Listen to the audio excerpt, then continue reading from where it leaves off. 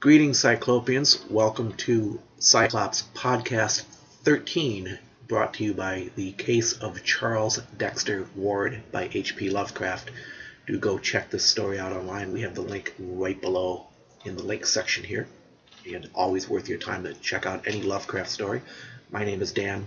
And I'm Tom. And we are going to go right to work with Tom's massive list of exciting new things for this week. Well, I'm actually going to start off with some movie stuff. The Spider-Man Homecoming trailer and the Planet of the Apes trailer dropped.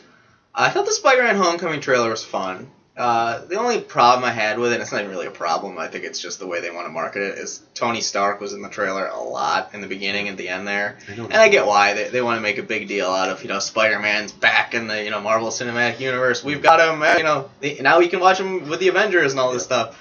So that was fine. And it does look like we're going to be getting some cool villains in Shockmaster and Vulture. Michael Keaton looks like he's going to be really awesome as the bad guy in this. The Vulture suit looks really cool. Those spooky eyes. Yeah, those eyes are creepy. And the director was talking about it, and he said, really, if you think about it, Spider-Man's an ordinary kid who gets powers. He's not an Asgardian god. He's not a soldier from World War II who's trained for this kind of thing. He's just an ordinary kid who accidentally gets powers. And he goes, so why not have ordinary guys who become supervillains? And that's what it looks like we're getting with Vulture and Shockmaster. They're not like megalomaniac genius scientists who've been trained to take over the world their whole life. They're just guys who stumble upon advanced weaponry and they decide to use it to further their criminal career. It looks like it's going to be good. Tom Holland looks like he's probably going to be the best on-screen Peter Parker we've gotten yet. He was only in, I think, 15 minutes of Captain America Civil War, but he was fantastic in his entire screen time. And like I said, it is cool that finally we're going to get to see Spider-Man bounce around and talk to Captain America, Thor, Iron Man, all these cool things.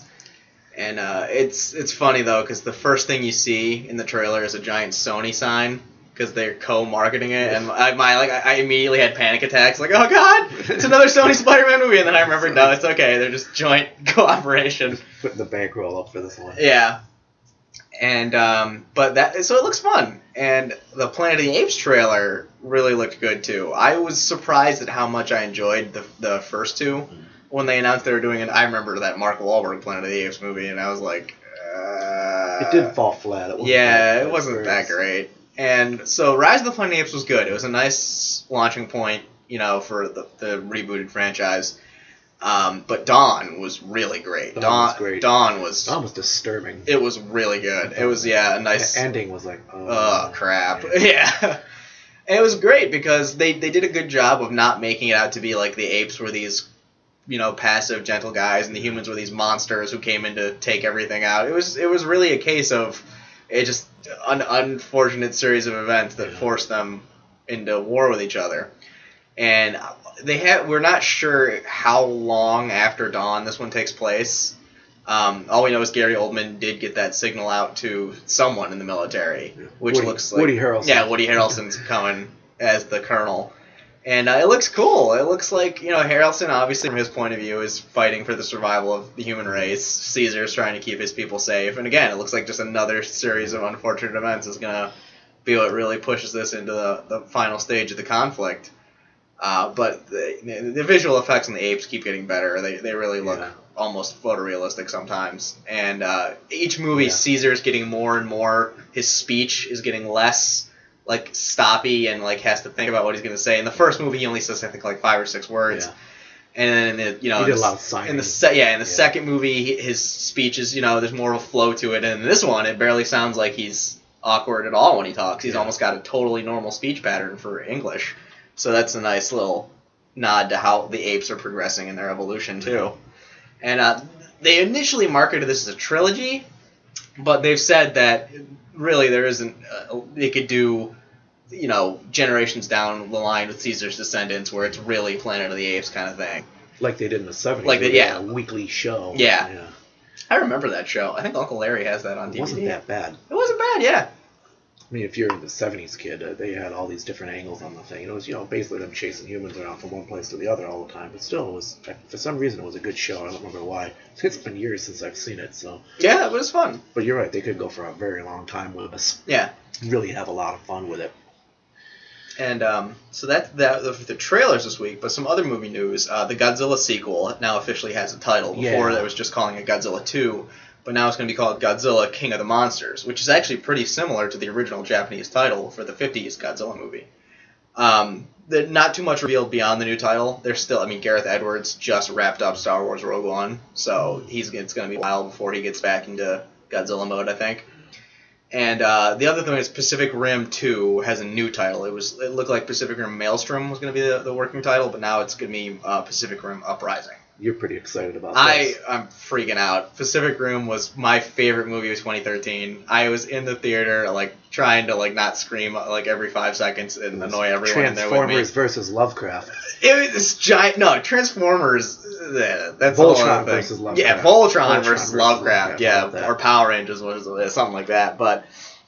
fantastic movie. It's such a wacky anime premise. It was really a live action anime movie done to perfection, and I can't wait. The other last bit of movie news I have is Netflix released an original movie, Spectral, on the 9th of December. It was originally a Universal movie, and for some reason or other, Universal decided not to distribute it, and Netflix snapped it up and made it a Netflix original movie, quote unquote. But I actually really enjoyed it. It's about an hour and 40 minutes. It was described as kind of a supernatural Black Hawk Down. Okay. It starts off, there's a defense research scientist who works for DARPA. He develops not weapons, but defensive systems for soldiers to use while they're in the field, like new body armor, better tank armor, stuff like that, basically just to keep everybody alive. And after wrapping up his newest thing, he gets his boss comes and tells him he's got to go over to Moldova, where they're in a conflict with insurgents. Moldova. And he goes, why am I going to Moldova? Why can't someone else do this? And he goes, well, you designed the thing that they're having problems with, and they really need you over there to fix it. They won't even tell me what it is. So he gets shipped out to Moldova, and he shows up, and it was this set of goggles he developed, which sees different spectrums of light, so you can find enemies easier. And while on a mission, this seemingly apparition-y energy pattern showed up and killed one of the U.S. soldiers. And they think that it's a new form of cloaking tech that the insurgents are using, and they want him to figure out how it works and if they can, reverse engineer it for themselves. So he gets sent on the next mission with a Delta Squad unit going out, and it does not go well, as one would imagine. Yeah, as the trailer showed. Yeah, and zapped. Everybody's getting offed, but it was actually pretty good. You could definitely tell it was originally going to be a big budget movie, because this thing's effects were fantastic. The costumes were great. The weapons look cool. The actual effect they used for the ghosts looks pretty neat. And did you say Ghostbusters on steroids, or that? No, that's not me. I was thinking Ghostbusters on steroids. It was Supernatural Black Hawk Down kind of pretty much nails it. That's what I was thinking. It's serious Ghostbusters. Yeah, there's no comedy in this really whatsoever, and it was really good. It's funny because I'm not sure why Universal passed on it. Maybe they just thought it wasn't the right market or something. But when did they pass on it? Do you remember? Do you know? Pretty recent, because at Netflix. I wonder if it's because of Ghostbusters. Maybe they said that might be it. Can't get away with this a second time. Who did what? Was it Fox who did Ghostbusters? I don't know who did Ghostbusters. I don't either, but fiasco also, which we've probably mentioned 8 times on these podcasts. But it's such a because the cast list. I mean, it's not like brimming with A-listers, but there's some pretty notable actors in this. It's Bruce Greenwood, Max Martini, the guy who's playing Riggs, Clance Crawford on the new Lethal Weapon TV show. He's in it. So I mean, it's not like it's a bunch of nobodies in there that they just It'll be interesting to see how this does, because it's brand new too. So episode 1. Yeah, it doesn't. I mean, there's obviously anything can have a sequel, but they kind of wrap it up nicely. Yeah. But I thought it was pretty good. It's definitely head and shoulders above your average, Netflix original war movie, which they've done some fantastic stuff with limited budget in comparison to big Hollywood studios. Okay. But this thing, you can really tell this was going to be a big finished Hollywood production before that, for whatever reason, they scrapped it. But it's on Netflix, so if you got it, it's definitely worth checking out. Clearing a little bit of your day away for it. It's pretty good. And if you've got a little bit of extra time and you haven't seen it yet, do it. I went and saw Cloverfield. I went into, was it Netflix, I think, and Hulu. finally watched Hulu, Netflix, all the same. Yeah. Just kidding. For those of you who don't get upset about that, I went and saw Cloverfield finally, and it was something I wanted to see for a while, especially we got Cloverfield 3 coming out, which is that God particle. And it was interesting. It was kind of funny because it was, I know I'm late on this one, but you can't see every single movie, but still it was giant Lovecraftian creatures stomping on New York City hipsters, and I thought, what could be better? Yeah, that's the best part of the movie. Wiping them out, and all screaming and crying and running in all directions. And I was a little surprised that Cloverfield actually were up to number 3 after watching this one, because they had some really interesting points in it, but there were truck-sized holes in this thing, just amazingly. So there were some areas that were so bad that I was like, wow, this is stunning. Again, it's one of those movies where you just look at yourself and go, why are you still recording anything? Well, why are you still recording? And then, let's just go down a couple quick lists here, because this is kind of stuff that drives me crazy, and I really didn't think I'd see it like this in Cloverfield. But when they go to rescue the girl, and she's in the tipped-over building that's leaning against it. She's impaled on rebar. Number one, they got to get a girl. They go up there with one of the girls is in a dress, and she's carrying her high heels at this point. So they go all the way up to like the 35th floor. Somehow they make it through all this rubble, and they get up and they jump across under high winds to the other building and crawl up all this shrapnel and then into her apartment, which they find easily, and she's impaled on rebar. And they just pull her off, and off they go, running away as the monster comes. Like, you're kidding me. Like, no, absolutely not. And nobody gets impaled on rebar and then runs off like that. And then there was the, oh god, that was the worst one. There was so many holes for this thing. I like the idea of the monster coming down and whatever it was, and running all over the city with the giant fleas that were munching on everybody. The parasite things. The parasites that were dropping off it. But I was like, my god, I can't believe we got this far into this series with this kind of a... And the other big one, the guy's brother is offed on the bridge, and it's like, oh darn, my brother's dead, but I won't even talk about that. I'm just gonna run back and look for my girlfriend. I'm like, what? And so he never mentions. It was the adrenaline talking. Yeah, it's like there's no ever mention of the brother again, who plays this pivotal point in the whole first 20 minutes of the movie, and then all of a sudden he's like walloped by a tail. The thing goes running by and takes the bridge out with its tail and the brother. Yeah. And then they run off to check on the girlfriend. And like, no, this doesn't make any sense either. So there was a lot of silly nonsense in there. Yeah, the first one didn't do much for me. So I was kind of like, okay. But there was some interesting points. But I was a little surprised. So I had to just interject there because you were talking about... we were talking about monsters versus Lovecraft versus robots, and I kind of got a little behind there, but I thought I'd get a kick out of it. If you haven't seen Cloverfield, and you're looking for some very light, fun entertainment with hipsters getting stomped and munched on. That's always... and that was the last thing, too. Somebody gets munched on in the film, and yet they're put down as like, you see them in the end, they're not totally munched on. And this thing's like about 30 stories tall, so if it munches on anybody, they're gone. Yeah. And I don't know. God, the whole camera thing. Okay, I'm off my ranting now. You hear that, J.J. Abrams? We're coming for you. No. And I was kind of surprised Abrams did that, because I know some of his other stuff has been really good. It's done fantastic things.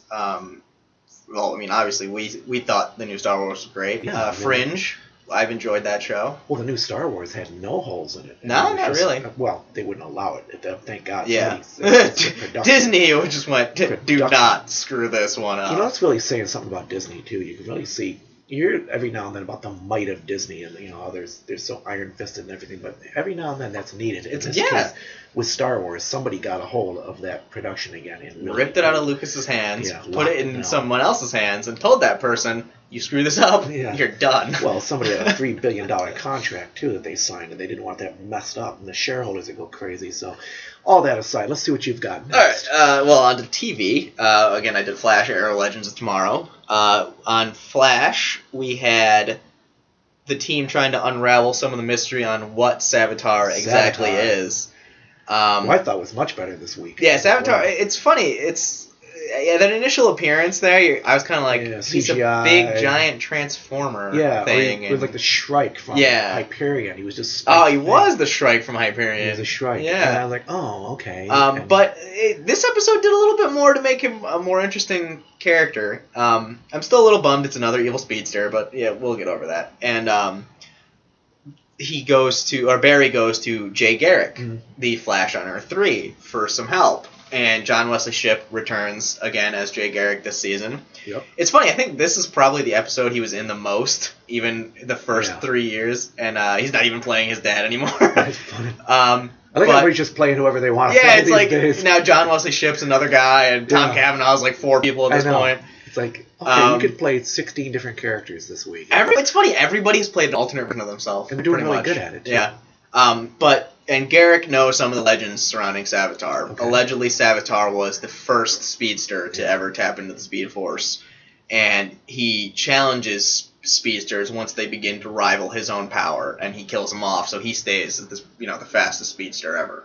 So now apparently Barry is next on the list. Which is ironic in the storyline, because I think this is something like they're not a god, but really Savitar's been given godlike powers by the gods, more or less, I think. The speed, depending on whatever this thing is, this little rock or the Philosopher's Stone. Philosopher's Stone. So Garrick tells him, obviously Savitar's got you, but I'll help. I'll do what I can to help you out.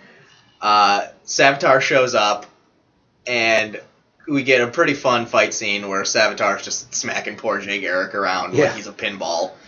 And ragdoll. Barry and the rest of the crew finally realize that the little box that the Philosopher's Stone in contains Savitar from getting into our world. So if the rock is in there and the box is shut, Savitar can't pop in. Until Cisco falls for it. Yeah, it was just open it up, everything will be fine. Classic Palpatine, trying to worm his way into your head. God. But it's good because Carlos Valdez he was pretty much the happy, upbeat, comic relief of the show. And this season especially, we get to see him, broaden a little bit with the grief of losing his brother.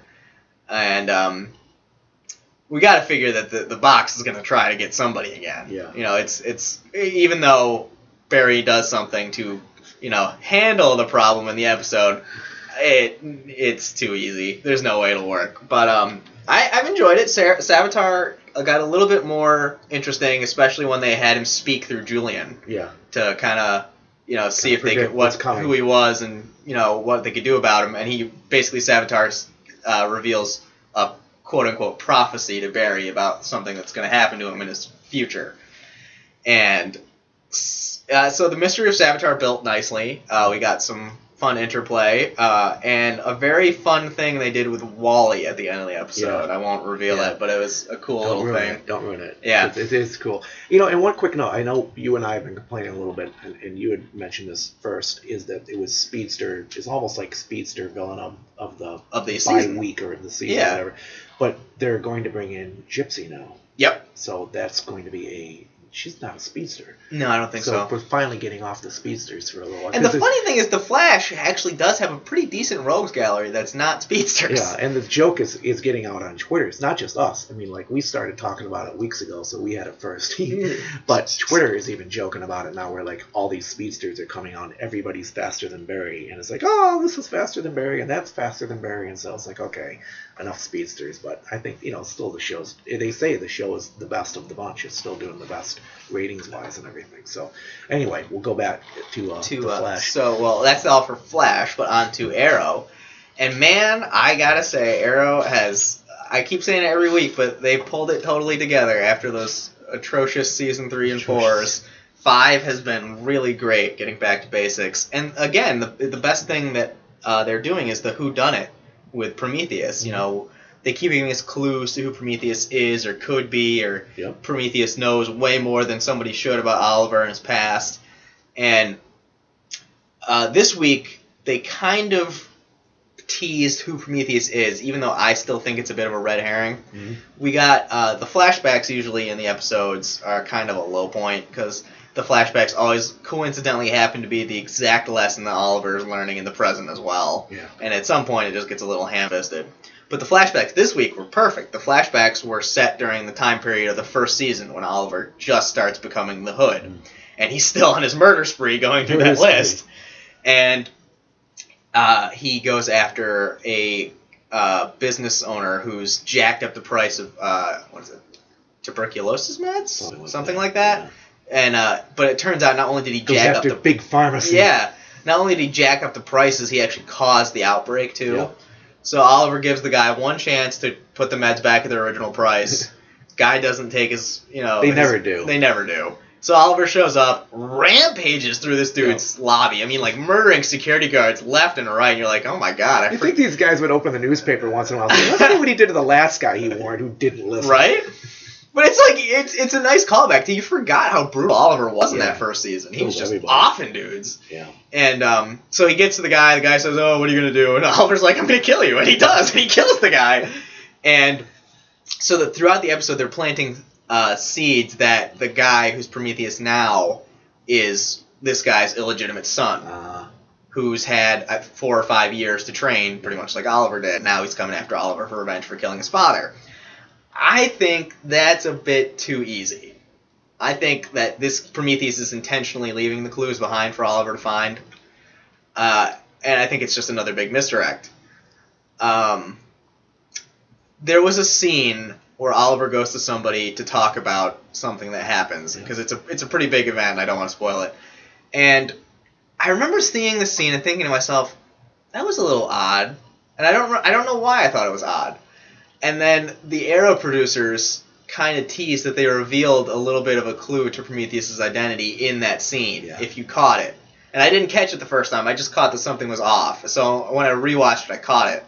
But yeah, I think the reveal of Prometheus is this guy's illegitimate son. I think that's another misdirect, and we still don't know who he is.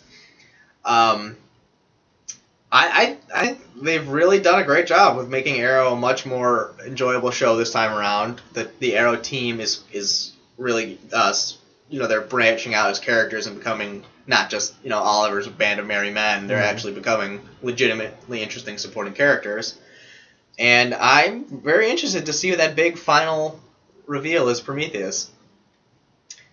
And the last DC show of the week, Legends of Tomorrow. Now, Legends of Tomorrow is steadily becoming my favorite out of all 3 shows, actually, and this episode really drove that point home.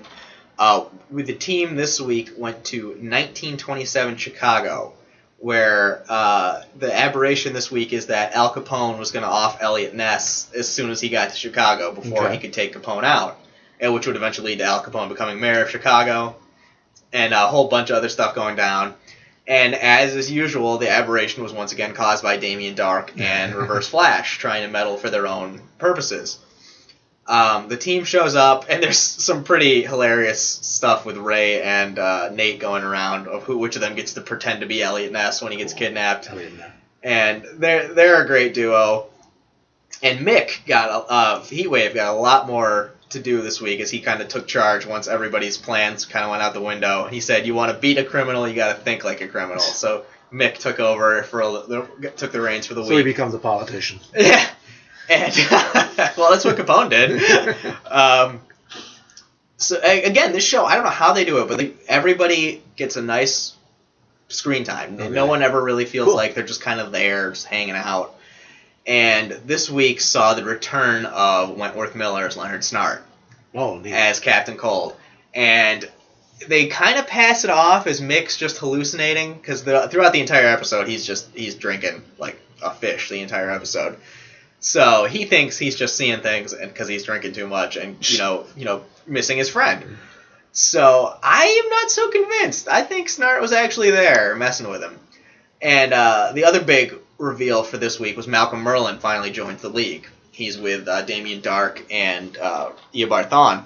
Now we know that Wentworth Miller is eventually going to be formally introduced as a member of the Legion of Doom, but they left it ambiguous as to really was Mick seeing him or was this just all in Mick's head. I think he was actually there screwing with him, but there's no real evidence to support it yet.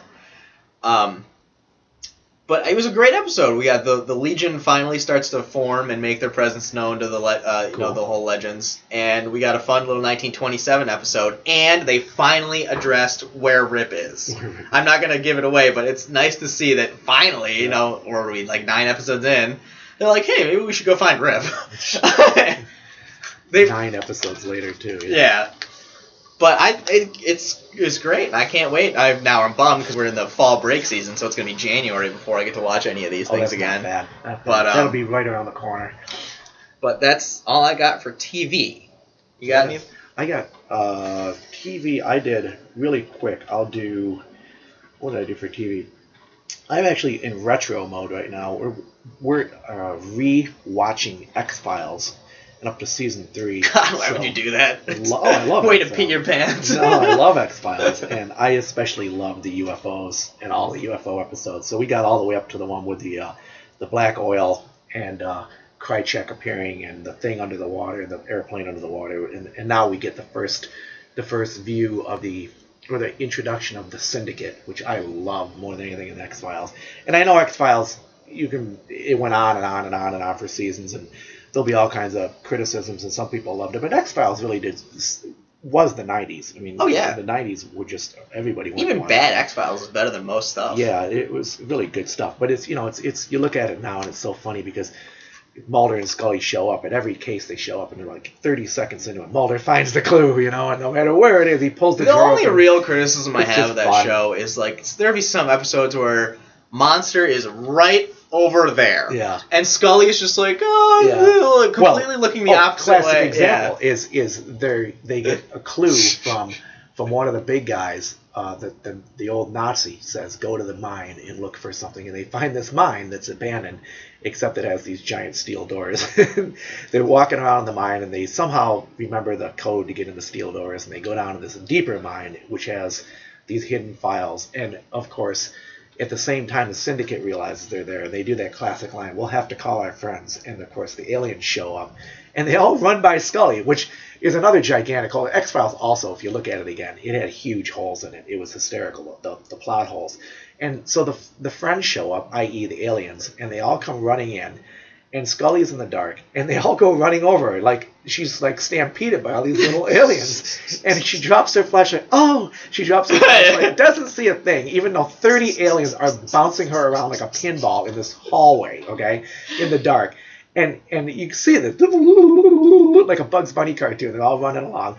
And then she gets her flashlight in time or whatever and looks down the hall and sees this shape shutting the door, which is the alien. They're like, wait a minute, why did you guys show up at all? Just run over her and then run away down the hall. So they fly off, and Mulder sees the spaceship, and that's the end of that. And then, of course, the CIA or whoever, not the bad guys show up in their black armored vehicles or whatever and start shooting at everybody. But it's typical Scully. You could slap her in the face with an alien. No, I didn't see a thing, but it's still a lot of fun. X-Files season 3. Do you remember the Mad TV sketch they did with that? No. It was the best thing ever. Mulder and Scully actually have one of the little aliens in the interrogation room, right? It's cuffed to the table. They walk in the room, and Mulder just turns to her and goes, there! Do you see it? It's right there! And she's like, I don't know, Mulder. No, that is an alien right there at the table. You say it's an alien. You say it's an alien right now. What's the biggest thing she ever missed in the whole entire X-Files series? And we're coming up on it, which is the movie. Which was literally the spaceship ripping out of the Antarctic? As big as the state of New Hampshire comes out of the ice and floats away just as she passes out. And Mulder looks up and sees it, like he always does. And then she's like, and then she opens her eyes like an instant after it goes into the clouds or whatever. So she's constantly missing it. And this is the girl who's almost killed by Toons in one episode. And she knows that, too. She knows he could squeeze in.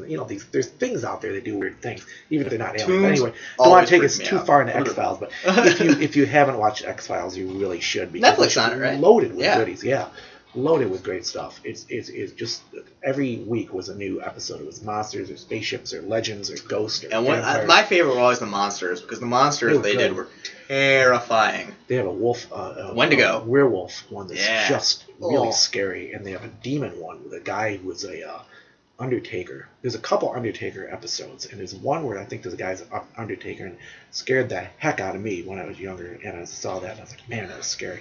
So anyway, we'll go back to you. That was my TV for the week. I actually forgot. I have two little more pieces of TV news before we move on to other stuff. Conor McGregor, the UFC fighter and current lightweight champion, has apparently been cast in the next season of Game of Thrones in a mystery role. I haven't kept up. I've only read the first 4 books. You know who else is appearing in Game of Thrones? Who? The Mountain. Oh, yeah. Yeah, that's the news coming out. I didn't know how popular that news was, but he's coming back, The Mountain.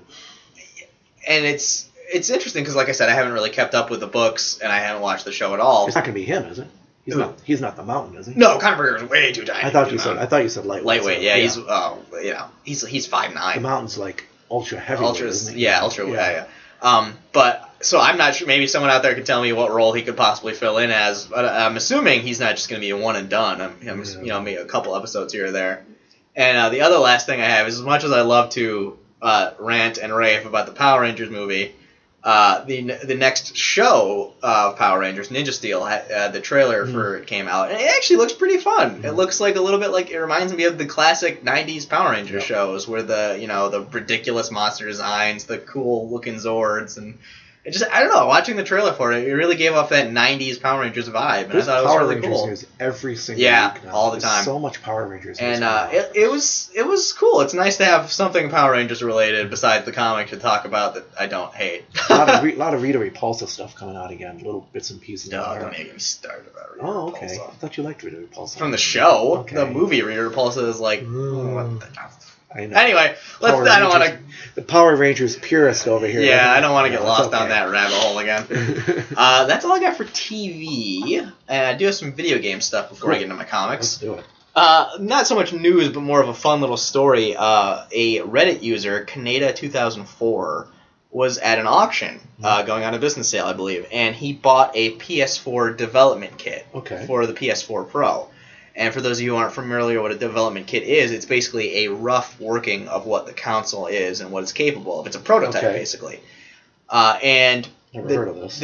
Development kits are what everybody gets before a console launches, so they can work a game specifically to that console specifications. Okay. And they're really, like I said, the developer kits. So unless you're a developer, almost no one has one of these things. So that in and of itself is a pretty rare find.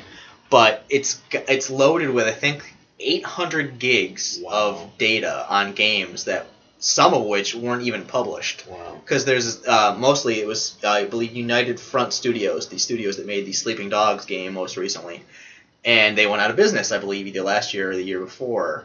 And I think it's got at least one game that they never released on there. Wow. It's encrypted data because it's meant to only be used by the developers. But if he can somehow gain access to it, that would be incredible. And even still, it's a development kit. I mean, that's nerd cred right there. It would be huge. How many friends have a PS4 development kit? Nobody, almost. And my one bit of video game news is the Nintendo Switch, which comes out in March, is the next Nintendo home console. Apparently, patents have been found for a Nintendo Switch VR headset. So it looks like Nintendo may also be trying to get into the virtual reality market. Yeah, you and I were talking about that way back, a few weeks back, about whether VR would move forward or not. Maybe that was you and I can't remember who it was, but we were talking about whether VR would really take off. And it looks like it's moving slow, but it's moving. It's going in the right direction. I think they're still trying to push I don't think Nintendo would be getting into it if they didn't think a future was there for it. It's got to be there. And I like to do the From the Future episodes on the website, and I'm really, really into this VR because I think it's going to be very cool once they get it going. So we're hoping this works with Nintendo. Yeah, I think it'll be a pretty cool thing. I mean, I'm just like imagining a Zelda game already where you get to put that thing on and go to town, because the Zelda games always look absolutely fantastic. House on Haunted Hill. Oh, God, no. We don't need any of those. With VR, oh, God. Wear adult diapers when you play those games. Oh, my God. The Resident Evil 7 on PS4 is going to be playable with VR. And I get it. I'm not touching that in VR. No way. It's like... Why are you putting that diaper on? You'll see. Oh. Don't worry about it. It'll be Heart Attack City. That's the thing. I am actually kind of legitimately you have to have afraid. A defibrillator. I'm legitimately worried for the day somebody will play something like that and get like a legitimate heart. You look behind him and that thing's standing right there in your face. Oh. And that's another topic for another day. And comics. On to my comics. I have a pretty varied selection this week. One from Dark Horse, two from Dark Horse, one from DC, and one from Marvel. Yeah, we're loaded with comics this week. I'll start Marvel. The Unworthy Thor, issue number 2 came out. Unworthy Thor. And I have been pumped ever since they announced this. It was originally going to be an ongoing series, but now it's a 5-issue miniseries. It's the original Thor, and basically what happened to him after he was unable to lift Mjolnir anymore. He hears a legend of another Mjolnir appearing where Asgard is. He runs there to find it. Asgard is desolate and abandoned.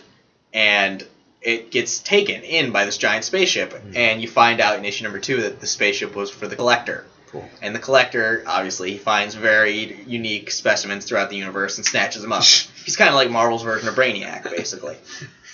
And Thor's like... Kind of like a guy that goes through a Universal flea market. Yeah! Picks up everybody's good stuff. And so Thor's like demanding to know why he took Asgard, and he goes, I could care less about taking Asgard. What I wanted was stuck in the middle of it. And you see in the middle of a square is another Mjolnir. It's the Mjolnir from Ultimate Thor. And Thor's like, oh my god, it's true, there was another one. And he hears it calling to him. Yep. And you kind of get the feeling that maybe if he grabbed it, he actually could pick it up. But the Collector wants him to teach him how to pick it up. And Thor's like, I can't teach you how to pick up the hammer. The hammer's got the magic on it. You can't pick it up unless you're worthy. So basically, the Collector throws a little kid fit, and like, I want it now! And he threatens to like start murdering innocent people unless Thor helps him. Plants will die. Yeah! And Thor is stuck in here trying to devise a way to figure out how to grab that hammer and bust out and save as many people as he can. And it's interesting because I read the Thor's miniseries for Secret Wars, which is where this hammer directly comes from. And I thought it was probably one of my favorite Secret Wars miniseries they did. And it's nice to see a little bit of that get referenced here, where Thor kind of gets a vision of who had the hammer before he did. And I think it's going to go bad for the Collector when Thor finally gets his hands on that hammer. But it's a great series. Beta Ray Bill makes a comeback, and Beta Ray Bill is one of those more obscure characters that really only comic people know. Cool. He looks like a giant horse walks on 2 legs and has a hammer of his own. Awesome. And so anytime that happens, it's fun. And it's nice to see the original Thor get to his return in the Marvel Universe here, and we'll have to see what they do with him when this wraps up. But that's all for the Unworthy Thor. Now on to Aquaman, number 12. Aquaman, since it's started up again after Rebirth, has been one of my favorite DC titles, because Aquaman is one of those poor superheroes who gets unfair treatment by the general population. In the movie industry right now. Yeah. Still dragging except for now, when the Justice League comes out, he's going to be awesome. Hopefully. There's rumors of trouble with that right now. So no, I'm just talking about the Justice League, not the Aquaman movie itself. No, the Justice League movie. Oh, yeah. Yesterday there was something coming out. I'm not going to get into that right now because they're rumors. But the Aquaman comic's been really great. It's nice to see that they can take the Atlantis setting and mix it in a way where it really feels kind of like a real-world problem. Basically, Atlantis is its own nation. Yeah. So you really, like, the political ramifications of that are actually pretty big. It's a nation that lives in 70% of the world's surface area. It's water. Yeah. So Aquaman, throughout this entire first part, has been trying to get Atlantis accepted by the countries around the world, America specifically, because that's where Atlantis is closest to. And Black Manta has been playing games with him, trying to make it look like attacks on the surface are coming from Atlantis, when really it's his people. And this one, it finally just breaks out into all-out open warfare. Yep. Another misunderstanding. And Aquaman really here is trying to play both superhero and king. Yep. He's trying to save as many lives as he can, while also get the U.S. to understand, not me, I'm being framed here, but it's not going so well. And it's nice to see that superhero comics can do more than just be big, bang, bang, punch 'em up stuff. It's really about Aquaman trying to manage his kingdom as well as being a superhero. He has to balance those two aspects of his life. And it's not going so well for him right now, but hopefully we'll see it. Right? And we're really getting to see Atlantis as a thing. We're getting the various aspects of its culture, its the xenophobia it has against the surface world, and the pushback Arthur's getting from his own people, because they don't want really to integrate with the surface world. They've lived thousands of years under the sea, and they're fine. And the resentment he gets from being partly human. And so it's a real interesting series. And the ending certainly teases not nice things for Arthur there at the end, but won't get into that too much. But Aquaman's been really solid since it started off. I haven't really found anything to complain about. And now on Dark Horse, we have Predator versus Judge Dredd versus Aliens. The second I heard this miniseries was happening, I knew I had to get it. It just sounded so ludicrous. I had to get it. Ludicrous speed. Ludicrous speed.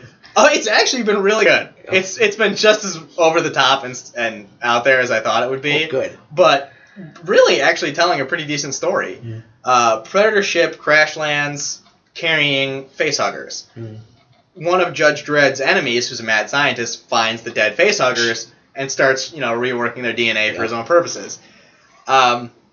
At this point in the series, Judge Dredd and his fellow judges were captured by said mad scientist, and one of them was mutated into a weird, freakish alien-human hybrid thing. Oh, cool. And which I kind of laughed and made me think of Alien Resurrection a little bit, and how dumb that was. But the Predators showed up, and here's the interesting twist. The Predators are not actually just murdering indiscriminately here. All they do is they bust out their buddy, and then luckily, one of Judge Dredd's partners is Anderson, who's psychic. And she can't really talk to the Predators, but she can kind of communicate general ideas back and forth. And she figures out that the Predators weren't supposed to be here. Their buddy crashed, and all they're here to do is get him back. And once they figure out that this scientist has been screwing around with the aliens, they basically say, all right, we admit it, we made a mess, we'll help you clean it up. So now Predators and Judge Dredd are teaming up to go after the aliens.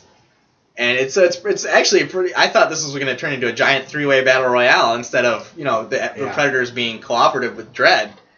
And so I really enjoyed this so far. And we've got one... Aliens are always on the losing end no matter what. I mean, everybody is against them. The poor little aliens. Because they always kill everyone. Maybe it's just their way of crying out for love. You love and attention, yeah. I love you, hug with my mouth that kills you. So we got one issue left to go in the miniseries, and I'm really looking forward to it. I'm going to be actually kind of sad to see it end. I mean, there's really only so much you can do with it, but it was fun. And speaking of aliens, my last comic is going to be issue number 7 of Aliens Defiance, which continues to be utterly fantastic. It's a total script flipped on the usual Alien formula. Cool. And we have a new character introduced, Dr. Hollis. And they find her on one of the ships that they're hunting down to eradicate all the aliens they can find. And they save her, and they blow up the space station, killing all the aliens on it. Yay, everyone's alive. Until Dr. Hollis doesn't feel so good. Oh, I was just going to say, whenever they find someone, they should first question, do you currently or have you ever had a stomach ache? Yes. So Hollis realizes, that's not good. So she goes to the med bay, does a sonogram on herself. Sure enough, she's got an alien. Gas X won't get rid of this one. Not just an alien, a queen. Oh, God. So, and luckily, she doesn't do the dumb movie thing where she's like, I can figure out how to fix this on my own. I'll laser it out. Yeah, she immediately goes and tells Davis and Zula, we got to get this out of me. Yep. And they look at her and go, we're not doctors here. How are we going to do this? And she goes, I'm going to do it. And they go, you're going to cut it out of yourself? And she goes, you're going to numb me up from pretty much the chest down, and I'll do it myself. And Davis is like, this is the dumbest idea ever. Yep. What are we going to do? We're going to cut it out, and then what? We're going to do with it? And she goes, well, think about it. The company wants to study these things to create them. Yep. And we're going to study it on how to kill them. Obviously, they have weaknesses, and bullets work fine, but there's got to be something better. Unless it starts running around the ship where it will study us on how to eat us. Yeah, so they basically make a cryogenic pen for it. And so they go through the operation, and they rip it out, and they put it in the thing. And Davis is clearly not happy about this. Yeah, I know. Yeah, he's going along with it because, they made a valid point, but someone is outside the door constantly watching this thing, but still. Put it out the airlock. Airlock it right now. Airlock it right now, because not only is it an alien, it's a freaking queen. Yeah. That thing, when it gets to its full size. Flush it down the toilet while you can. But at least they're not doing it for we're going to, they're trying to figure out ways to kill them. So I get it. I get why they're doing it. And it's one of those things where you're like, this is the stupidest idea ever, but it has, if it works, it would be great. Yeah. But it's a dumb idea. But it's still a great series. They never learn. But I'm really enjoying Aliens Defiance, and I'm really glad this wasn't a miniseries, and this is actually like an ongoing, cool, long-lasting series, because it's really great, and it's opening up a bunch of doorways, I think, with the Alien franchise. That's all I have. Let me jump right into comics quick, and I want to throw 2 out there. I'm still reading Star Power, and if there's 3 or 4 or 5 more pages have been put out. It's free online. You can still buy Star Power if you want. There's really nice illustration. It'd make a great coffee table book for Christmas. If you take a look at this thing, go to Star Power. We'll have the link. And at this point, Danica Maris, the Star Power, she's being interviewed by a psychologist who may not be what he seems. And meanwhile, she's trying to come to grips with the fact that because of the Star Power, her universe may be starting to revolve around her, because she's just a little humble astronomer. She really doesn't want all this, but she's trying to like lay low and study the stars and all that stuff, and really doesn't want the attention, but now is becoming like the center of the universe as the Star Power. So it's kind of getting, it's still great. Not even kind of getting, it's been fantastic. I really enjoy reading this all the time, and it continues to go in a great direction, and I'll be updating as we go. And then I got Conan The Slayer. number 5, which opens up just the way I want a Conan book to open up. And it opens up with a spooky, look at this, I'm showing Tom right now. Oh yeah, I read it, the castle. Ruined spooky castle. Well, not even castle, more like a keep. Yeah, a keep in the moor. And it's just great. You got full moon rising over the keep and monsters and ghosts. And whoever was writing this and drawing it really knew their Robert E. Howard. Yeah, and it goes right to the meat, this one. Page 1, frame 1. Cell 1, whatever you want to call it, it's just right to the spookiness, and it just doesn't let up from there. And they're in all kinds of trouble with a creature that's brought I think it's a Kozaki who's killed his father, and he sold his soul basically for power. But as these things always turn out, they never end very well. No.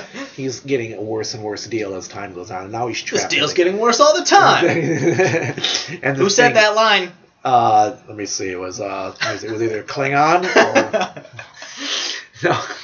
That's who said that line. We'll see if anybody can find out. I don't know if anybody out there would know. Yeah. But anyway, this creature is giving him a worse and worse deal, and the thing is setting him up. And sure enough, Conan's got a clean house, and it has actually a pretty good series of monsters where it raises the dead in this thing around this old keep. But there's a catch. As you kill them, they get worse, and so it's really cool. And there's a lot of fighting, a lot of monsters, a spooky keep, moonrise, fog, everything you want. The big bad monster, the ghoul, is actually a pretty cool. I don't think they've ever done a ghoul in Robert E. Howard stuff. They did before. the ghouls when there was one story where they had the ghouls.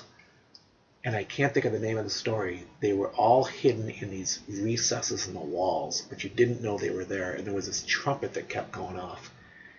And oh my God, you're right. Yeah, I remember that. It was the city underground where the two clans were killing each other, and the trumpet would play every. No, you've got two stories mixed up. Did I? Yep, it's okay. Because that was kind of close on that one too. That was where they had a dead guy down. They had thrown him down the stairs into the crypt. Oh, that's right. Yeah. The two clans were killing each other off because they thought they had no other choice. They thought they were surrounded by dragons, but the dragons were all gone. It was great. It was like irony after irony after irony on that story. This one, Conan had been crucified by the guy who now runs this city. Oh no, Conan, yeah, and then he got the guy. He broke the guy's leg or an arm in one story and let the guy go. And then Conan winds up in this hidden city of thieves or something, or some kind of army this guy's building. And the guy is running the city and then finds Conan, and now Conan's his prisoner. But in the meantime of this story, this horn keeps going off, this great big horn and nobody knows where it's coming from. And it's getting louder and louder, which, should be your note to get the heck out of the city. Whenever in those days, anytime the horn's blowing, nobody knows where it's coming from. It's usually telling you things are about to go south. You guys hear that? So, at one point, as things began to fall apart, these ghouls all appear and start tearing everybody apart. It's pretty cool, but not to be particular. Just there were some ghouls before, and I love Conan, so I always read these things. So these ghouls there's this ghoul king in this thing. It's really neat. So if you're following the Conans, there are only 5 issues out. So you can still pick them all up, or go on to Kindle or whatever and pick them up. Well, it's funny because I think I noticed something in the inside flap of the front cover. It says number 142 in a series. So I think it's actually a single comic continuity, and they just every now and again will change the setting a little bit. Yeah. And I think that's what they're doing here. So this is. Which is good because I didn't get completely lost or anything when I first started. It stands on its own. I mean, he's just doing his thing in number 1, and now we're up to number 5, and the story's still flowing along pretty good. So that's it. We've got Conan. That's it for me. Just Danica Maris and Conan, or Danica Maris and Conan, And you're done with everything I else, believe right? I have caught up everything. So we've got a whole mess more that we're not even going to cover this week. I'll just move it to next week. Oh, no, my last bit of comic thing. Yeah, go for it. My last bit of comic thing is I think it's next week, is the first issue of the big Justice League versus Suicide Squad crossover. Awesome. That it's going to be the first DC Comics event since the Rebirth in a couple months ago. And I'm definitely looking forward to that. I think that's going to be a lot of fun. And is Harley going to be on that? Yeah. I think the team for Suicide Squad is going to be Harley, Deadshot, Zod, Enchantress, and Killer Croc. Yeah, and it's like all this Harley news is hitting at once, and now you've got with Margot Robbie going to be in the new Sirens of Gotham. Sirens of Gotham, yeah. And that's not even Harley 2, or just Suicide Squad 2. So that's a whole spin-off, and we're already talking about a Deadpool spin-off. So they keep saying maybe an X-Force, maybe a Cable. That's why I haven't really talked much about Deadpool, because you really don't know. I'm excited for Deadpool 2, but I really wish they'd stop all the speculation and just give. But that's how they keep. It's clickbait. But I think there will be a spin-off, but who knows when? 2019 or something. But the big spin-off will be that Sirens of Gotham, and now you've got this comic here with the DC area with the Justice League versus Suicide Squad. Suicide Squad. I'm pivotal. My God. So that's going to be amazing. I think that'll be a lot of fun. I think it's a 6-issue miniseries. I think they're doing on that one. I'll bet that's hot, especially with Christmas coming and everybody's Harley, and it's going to be big. And that's it. We're going to be right into Rogue One. Oh God, yeah! I can't wait to see that. We're finally here. Here. I was hoping to see it today, but I just found out I have a morning shift tomorrow. So if I go to the midnight showing, I will get an hour and a half of sleep before I have to be awake. So I'm not going in. I'm off the entire weekend, though. I'm off Saturday, Sunday, Monday, so hopefully I'll see it. I'm supposed to see it this weekend, so I'll let you guys know. And we'll cover it. I guess I'm kind of excited. Yeah. I've seen some people out there that look like they're kind of like, well, it's this. I'm like, I don't know. I think the problem people are having with it, and this is just that, other than Vader himself, it's all new characters. Yeah. There's no Luke Han or anything like that. So they're used to the idea that everybody's going to die. Yeah. Everybody should die. Spoiler alert! These people probably won't be alive! Spoiler alert, the Empire wins on this one. Well, not really. Well, more or less, because they got the Death Star. So. But they get the plans away. Well, that's all they set out to do. Short-term destroy the plan. Yeah, short-term win for the Empire, but... We'll know in about 7 days how this whole thing pans out, but it's already had some of the highest sales ever. I believe it, and all the reviews I've seen, I think the lowest review score I've seen for it was 8 out of 10. Yeah. So... Who would give it an 8 out of 10? Somebody who's, I don't know. We're not going to get into that. But that's it, I guess. So yeah, short one. Remember, if you can support the podcast, click on the Amazon links on the we need food to feed the dragon. Yeah, Cyclops.com. Horses are not cheap. It gives us a penny. And if you do any shopping through Amazon, click on those links. We are on Twitter, Facebook, Pinterest, Instagram, and we do have a YouTube account there with Cyclops. If you want to follow us, we'd love to have you. And that's about it. We'll see you in a few days, and have a great week, and then keep the geek. Bye, guys.